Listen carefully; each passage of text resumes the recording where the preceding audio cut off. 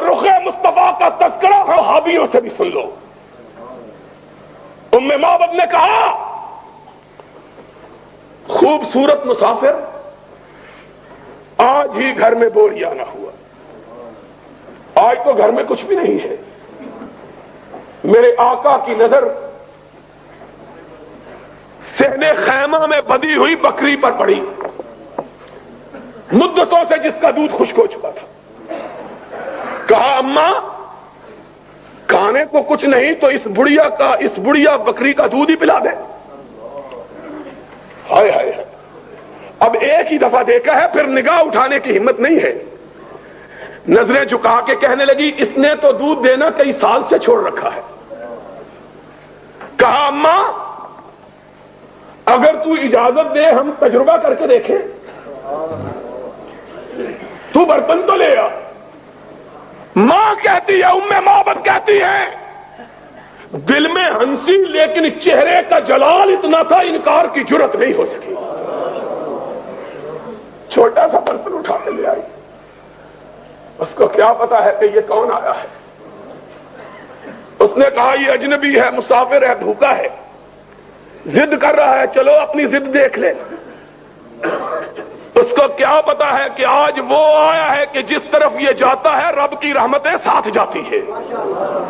اس کو کیا پتا ہے، اس کو کیا معلوم ہے کہ آج اس کے دروازے پہ کون آیا. چھوٹا سا برتن اٹھا کے لے آئی. نبی نے صدیق کو دیکھا اور صدیق نے نبی کو دیکھا، مسکرائے. اس طرح معلوم ہوا جس طرح چاندنی رات میں، اندھیری رات میں بادلوں کی اوٹ سے چاند نکل آیا. وہ دانت کہ جب مسکراتے تو لوگوں کو آسمان پہ گونجنے والی بجلیاں یاد آ جاتی، موتی کی طرح سپید. میرے آقا تیری بات کا کیا کہنا ہے. ام معبد چھوٹا سا برتن اٹھا کے لائی. میرے آقا نے مسکرا کے پکڑا، بکری کے نیچے بیٹھے، تھن کو ہاتھ لگایا. معلوم ہوا بکری مدتوں سے اسی مسافر کا انتظار کر رہی تھی. دودھ اس طرح آیا جس طرح ساون کے مہینے میں بادل امٹ کے آتے ہیں. برتن سارے بھر گئے، دودھ ختم ہونے میں نہیں آیا ہے. حضور نے پیا، ابو بکر کو پلایا اور چل نکلے. ام معبد کہنے لگی مسافر میں تجھ کو جانتی تو نہیں ہوں لیکن تو اتنا برکتوں والا ہے کہ میرا جی چاہتا ہے ایک رات میرے گھر میں قیام کر لے. میرا شوہر گیا ہے شکار کے لیے، وہ تیری خدمت کرے گا، میں تیرے لیے ہڈیاں پکاؤں گی، اپنے ہاتھ سے میرے چاند سے بیٹے میں تجھ کو کھلاؤں گی، تو نہ جا. اور میرے آقا کی زبان سے نکلا نہیں، عرش والے نے نکلوایا. ما ينطق عن الهوى. کہا اماں میں جانے کے لیے تھوڑا آیا ہوں، میں پھر پلٹ کے آنے والا ہوں. اور جب وہ چلے گئے تو بات جو بتلانی مقصود تھی وہ یہ تھی کہ ابو معبد آئے، گھر میں رونق دیکھی، رحمتوں کو برستا ہوا دیکھا، انوار کی برکھا دیکھی، تجلیات کا می دیکھا. کہا ام معبد کون آیا کون گیا؟ ابھی اس راستے کوئی گیا. کہہ دیتی ہے شوخی نقش پاکی.